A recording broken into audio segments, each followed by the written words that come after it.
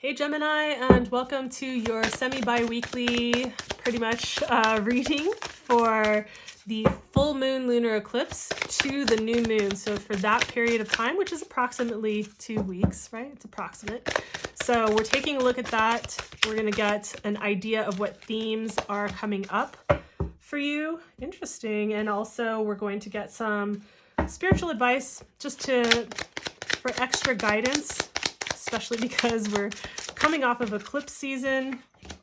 So I feel like this is important, very appropriate. So I'm not going to really talk about the full moon lunar eclipse really much at all in this video because I just like a few days ago put out the monthly readings, and in the month of May readings I go into some of the astrology highlights for the month. I didn't go over everything, but just a few highlights, but I did talk about this full moon lunar eclipse that is capping off this first season of eclipse season, and the full moon lunar eclipse in Scorpio in tropical, and it's in Libra in sidereal. So that's just if you want to understand more about like why people are talking about this, why there's any hype around it, or like understand what to expect, that would be something I'd recommend going to check out. So I'll have that up on the screen kind of closer to the end of this video, so you can just kind of click over, and it has timestamps, so you can just click over to like the astrology and listen to the astrology. All right, so with that said, what themes are actually coming up for you during this period of time from the full moon lunar eclipse to the new moon, right? And so we have the midheaven showing up. Isn't this card awesome? It's just so beautiful.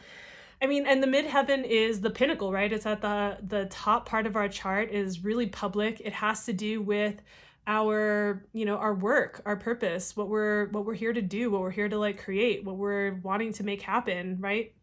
Especially like when it comes to purpose, path, career, around those kinds of things, right? So I find it interesting that is coming up because of the Eight of Pentacles, and the spiritual advice that's coming through with the Eight of Pentacles is definitely on continuing to hone your craft, continuing to work on, let's say that maybe you're not needing to hone your craft. Maybe you're not a student or an apprentice, or you're not like sharpening your saw with your skills at this particular moment, but more so working on a project, building a business, working to get promoted, like whatever it is that has to do with that realm.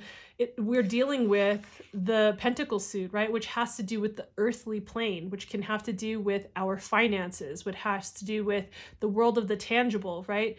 That like our physical environment, the things that we can touch and feel with our senses. But also having to do with our work, like our work, our purpose, our skills, and also what we value. And so this coming through is basically like, hey, continue to work on that project. It's not quite done yet. So, like you need to keep going with that, or like keep building your skills, like up level your skills. If you've been considering maybe taking like, let's say a workshop to up level your skills, or like you've been considering another program or whatever it is, like this is your sign to like go ahead and like do that. Or if you're already someone who's like working on these things, it's like, hey, continue doing that. It does require some like patience and time, but I think that it's appropriate given like what's happening celestially, right? Like we're still in a retrograde at the time of this filming, and at the time of the full moon lunar eclipse, Mercury stations direct on the 14th. And so like it's still a period of where like it's still, the momentum is still building after a planet goes direct. It's not just like, boom, now it's back at its normal speed. So like, I think that this is the place that does require patience and time. So, Gemini rising, Gemini sun, it's like your most public house, right? Like is, the 10th house is associated with the midheaven for most house systems, right? So, and that has to do with like where you're most seen, right? Like your public role, your reputation, but also your career, your purpose, your path.